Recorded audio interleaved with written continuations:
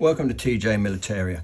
Today we're going to talk about the British Army's Compactium knife, fork and spoon set.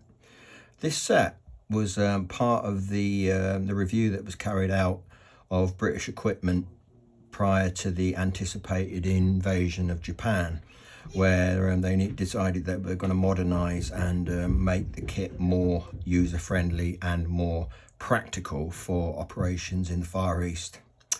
This is a nice set. It's dated 1945 and it's got Compactium written on the actual products. As you can see on the neck of the fork, it's clearly written 1945 Richards of Sheffield's. On the actual bridge of the fork, you've got a nice clear crow's foot with 1945 stamped underneath it, the old classic crow's foot. On the back end of the fork, there's like a retaining clip, and on there again there's another crow's foot with 1945 Richards of Sheffield.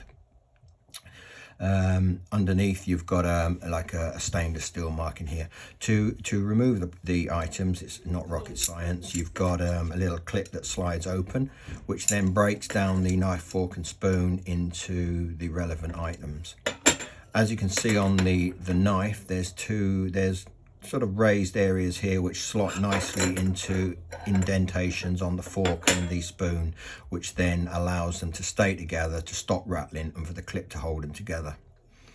On the actual knife, again there's a crow's foot on the actual the front of the knife, which is again dated 1945 with Compactium Richards of Sheffield.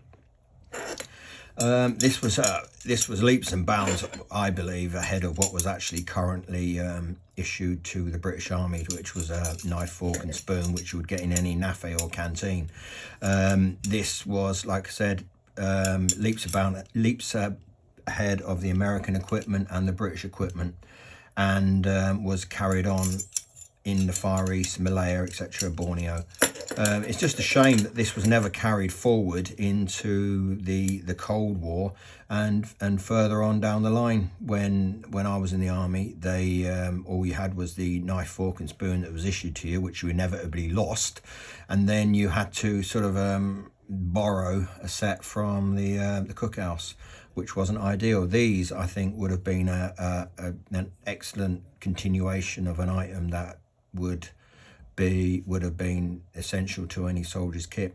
So again, what with carrying on with the this sort of area of the war, the 1944 pattern equipment, the next item we're going to talk about in the next video is going to be the water bottle and the metal mug.